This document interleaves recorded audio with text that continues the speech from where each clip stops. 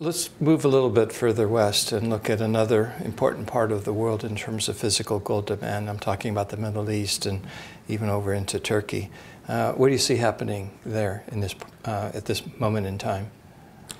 I have to admit I have some difficulty with the Middle East. It's extremely difficult to get online or real-time gold prices there. You can in Turkey.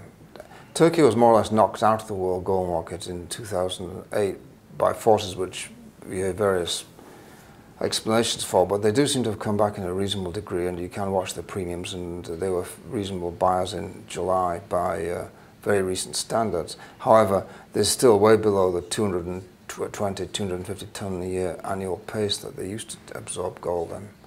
Of course, one has to bear in mind that a large proportion of the buying in the Gulf is actually buying by non-resident Indians.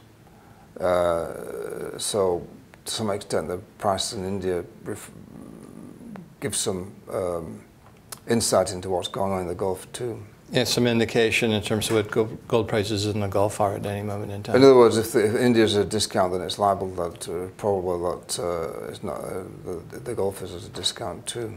What factors basically have a negative impact on gold consumption or gold acquisition in India?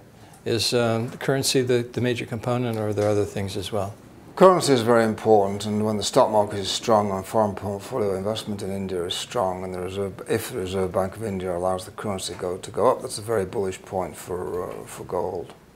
The seasonal factor is very pronounced. There's a lot of discussion about whether a good or bad harvest is important, but I've never been able to see myself that it makes much difference. Mm-hmm. There's a fair amount of India that's somewhat industrialized now, and probably in terms of disposable income it's disproportionately influential in the gold market. Has there been any movement toward paper gold products as opposed to physical gold products? At the end of the day, physical is still more important. The movement towards paper products is minimal. The Indians really seem to like having physical gold in their possession. It's a cultural, traditional thing. It seems very deep-rooted.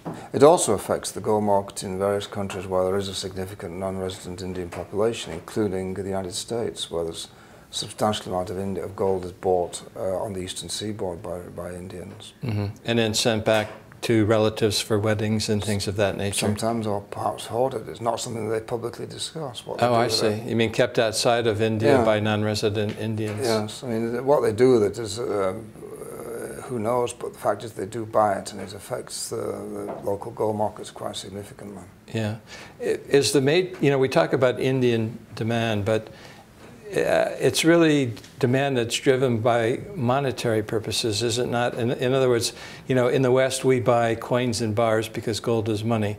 In India, because of cultural and traditional reasons, they buy gold fabricated in terms of high-carat jewelry. But it is a monetary demand, isn't it? Yes, they're extremely insistent that jewelry, no matter how beautifully it be worked, is very high carat. Mm-hmm. They simply will not buy the sort of stuff that can be sold in America and in Europe. Mm-hmm. So the adornment aspect is just a secondary benefit as opposed to the monetary aspect. Seems to be, to them it seems to be a store of wealth. Mm-hmm. Passed on from generation to generation. Portable and ultra-discreet store of wealth. Yeah. They're very interested in the discretion aspect of it, it appears.